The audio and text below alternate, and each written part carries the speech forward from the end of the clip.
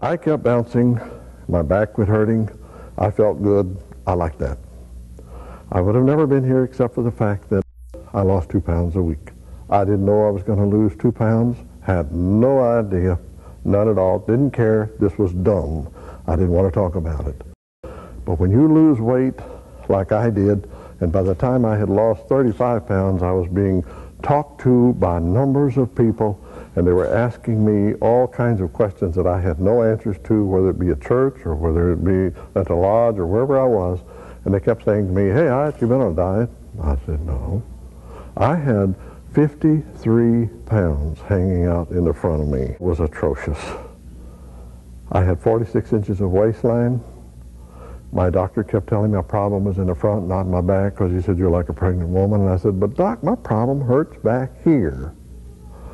And when I kept losing that weight, and by the time I'd lost 35 pounds on the way to 51, my waistline went down to 36, I had problems. And the biggest problem I had, I come to the conclusion people hated you.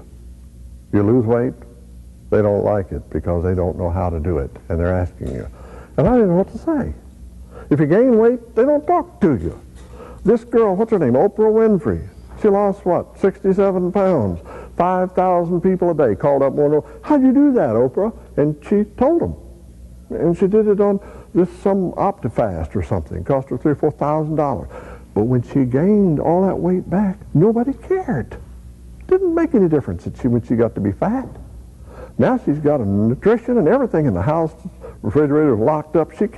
She's trying to control it the best way she knows. She's running herself to death, but that has a time frame and it'll soon come to an end. But that's up to her. She's trying to keep trim and feel good. And I don't blame her.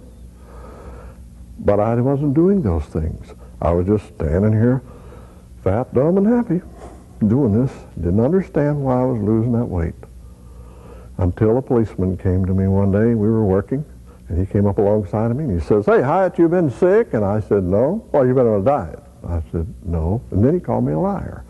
And I walked off from him. And the next thing, he said, "I want to know what you've been doing." I said, "You just called me a liar. What do we got to talk about?"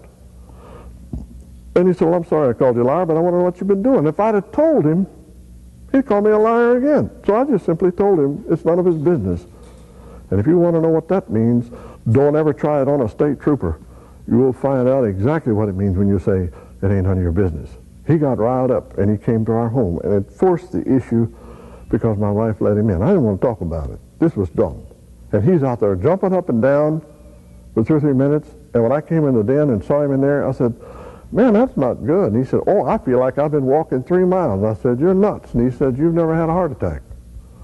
And that forced the issue further. Then we had to get involved. I really didn't want to.